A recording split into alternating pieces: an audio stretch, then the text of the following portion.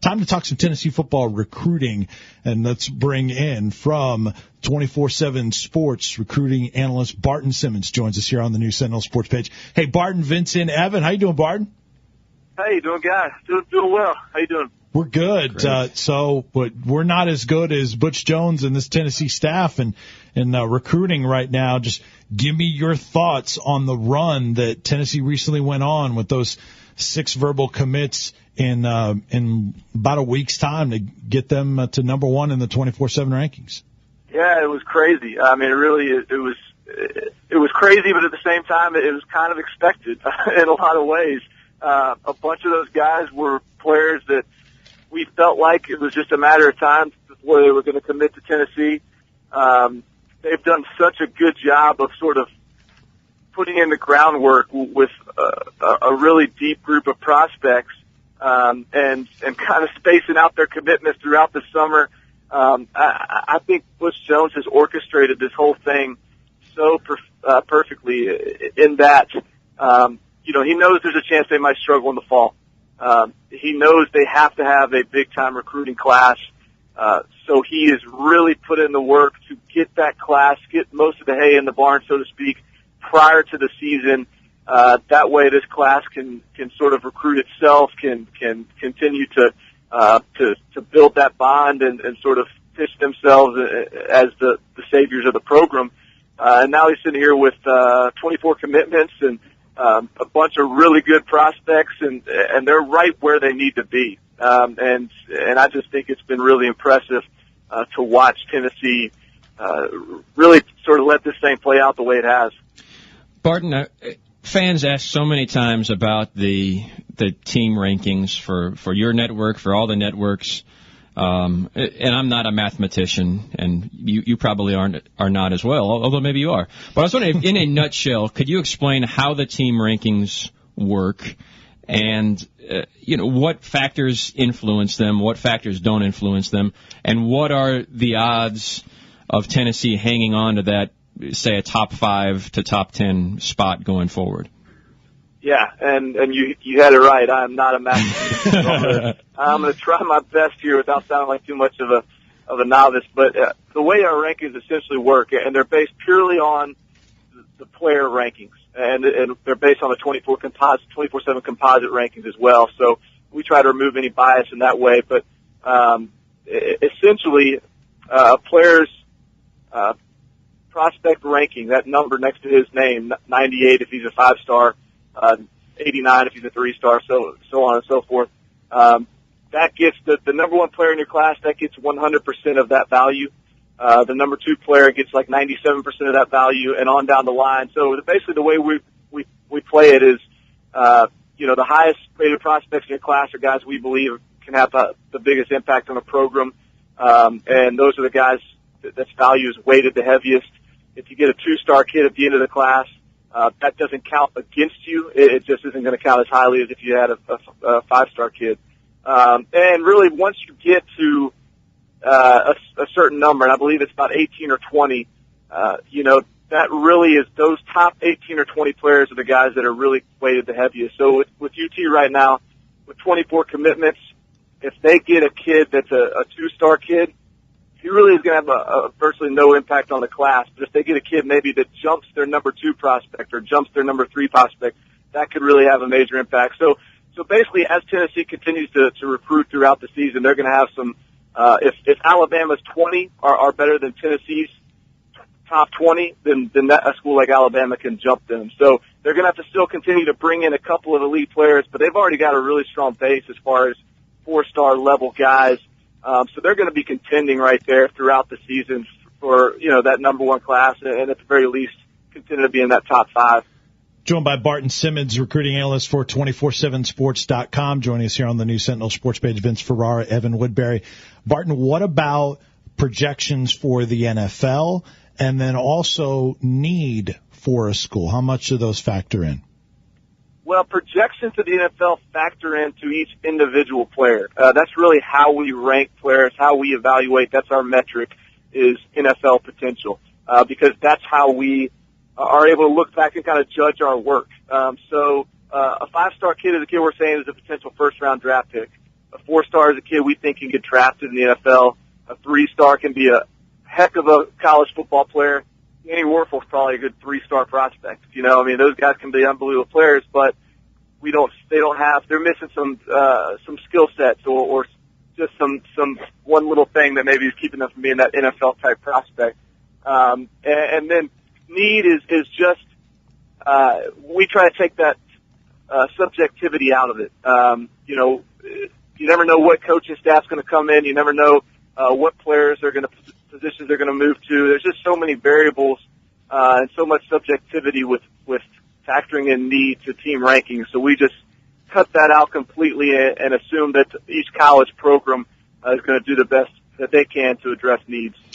Barton, Tennessee is really, really stockpiling the wide receivers. I mean, in the 2013 class, guys already on campus, and now in this 2014 class, and they added a couple as well in that recent run last week with Eric Lauderdale from Saddlebrook College, and then also Dominic Booth from Indianapolis, both pretty highly rated, 90 or above on 24/7, and they've got some other wide receivers and athletes in that class. But you have Josh Malone in state, who's a highly recruited prospect as well. If you have all these receivers and Josh Malone is out there, would you rather have Josh Malone over all the other guys that are already committed to Tennessee, or is there someone you might pick ahead of Josh Malone and they'll be okay if that happens? Well, you know, I think Tennessee's already got a pretty solid stable of receivers, and they're guys that I think fit into what Butch Jones wants to do offensively. I think they're definitely trying to get turnover at that position on their roster, and this is a class that's going to accomplish that absolutely. And even when you look at the guys on the roster that aren't actually listed at receiver, where you're talking about Nico Creamer or Vic Wharton, or I mean, you've got other guys on that amid that commitment list that can play receiver, even if they're listed as athletes. So there's a lot of options to choose from. Do I think that Josh Malone would be the best option among that group? Absolutely. I mean, he is I think maybe he's a top 5 receiver in the country to me this year, and regardless of JUCO, high school, what have you. He's a special player. But I think Tennessee is not putting all their chips in that basket. You know, they have really put together a big group, like I said, already, and guys I think that they'll be satisfied with moving forward. If they get Josh Malone, which I frankly think is going to be a tough pull. I really think Georgia is the clear team to beat at this point in the process. But if they are able to turn the table and get him on board, then that's just sort of the cherry on top and just the real icing on the cake for their class.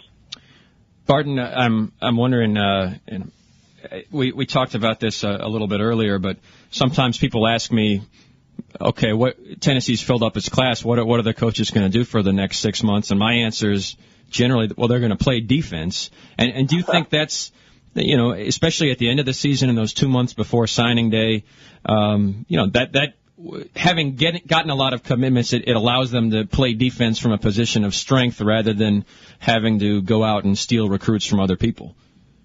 Yeah. I mean, you're absolutely right. I think that's a good way of phrasing it, playing defense. And I think one of the real benefits to the way Tennessee has orchestrated this whole thing, as I sort of alluded to at the beginning with Butch Jones and just their sort of architecture of this whole class, is that it's a class that's bonded really well. I mean, they visit together, they communicate together on Twitter and Facebook. You got the Todd Kellys and the Vic Whartons of the world that are out there sort of pounding the pavement for these guys. I talked to Todd Kelly last weekend at a camp, and he said Butch Jones is trying to get all these prospects to visit on one weekend together and doesn't want them to take any other official visits if they're committed. You know, things like that. If Tennessee can accomplish those little things and get this class to, as I said, recruit itself, that's going to really go a long way. And I tell you what else is pretty amazing about this 24-man class at this point is Tennessee's still got about 7 spots left that they can get out there and recruit. So while they're playing defense, as you mentioned, they're still going to have some work to do and still going to be able to have some fun and really chase some big names as well with those remaining 7 spots, which is still plenty to work with at this stage in the game. Barton, you said something interesting earlier, visiting with Barton Simmons from 24/7 Sports, talking recruiting, that Butch Jones knows that there's a chance that they could struggle this fall. Is that feedback coming from the prospects of what they've heard from Butch Jones? No, I think that's just sort of the reality of the Tennessee roster and the reality of the situation that Butch Jones took over. But I do think, again, the benefit of where they stand right now in the process is right now, this class is building for the future, and they're building the foundation for Butch Jones's, tenure and the rise to the top. And as soon as maybe Tennessee does lose a couple games, assuming that happens, they may go 9-4, 9-3, and we'll have to talk about this, but assuming they lose a couple games, suddenly then the message is going to change, and I think it's still going to be resounding within this class. Is that we are the class that's going to bring Tennessee back to prominence. We're on board.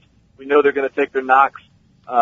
Let's step on campus and play early on in our careers and have an opportunity to really be the guys that brought Tennessee back. And so I think that's a strong message, and that's a message that a lot of guys are drawn to, and that's why so often we see new coaching staffs have success no matter where it's at. And when you got Tennessee and that fan base and those facilities behind you, that makes that message even stronger. A lot of the focus now is on the defensive tackle position and getting some bodies there. That's really important, and Tennessee does not have an interior defensive lineman right now in the 2014 class. Are there a couple guys that you think Tennessee is in the best shot for to be able to add to this 2014 class at that position? Yeah, there are a few, and I think they probably still try to get about 3 defensive tackles in there. And probably the top target right now for a number of reasons, maybe Derek Barnett out of Brentwood Academy in Nashville. He's an in-state kid. Tennessee is definitely trying to put a fence around the state of Tennessee and get the guys that they want. He is really down to Vanderbilt and Tennessee, and that's a battle that Tennessee definitely wants to win. Just to beat Vanderbilt on a guy right down the road from the Commodores. And he's a guy that plays defensive end in high school, but I really think he moves down and plays that 3 technique in college. So he's a kid that I think is a really high priority right now. He's also from the program at Brentwood Academy that Tennessee is going to want to have a strong presence in.